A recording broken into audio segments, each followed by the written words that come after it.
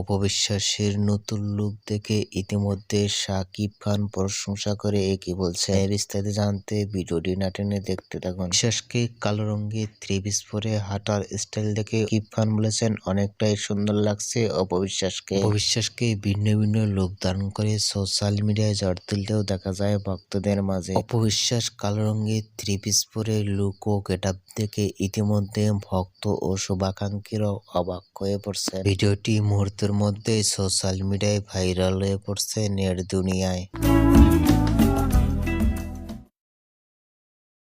অপবিশ্বাসের এরকম লুক ও গেটআপ দেখে আপনাদের কি মতামত নিচে কমেন্ট বক্সে জানিয়ে দিন। নিত্য নতুন ভিডিও পেতে চ্যানেলটি সাবস্ক্রাইব করে পাশে থাকা বেলটি বাজিয়ে দিন। ভিডিওটি দেখার জন্য অসংখ্য ধন্যবাদ।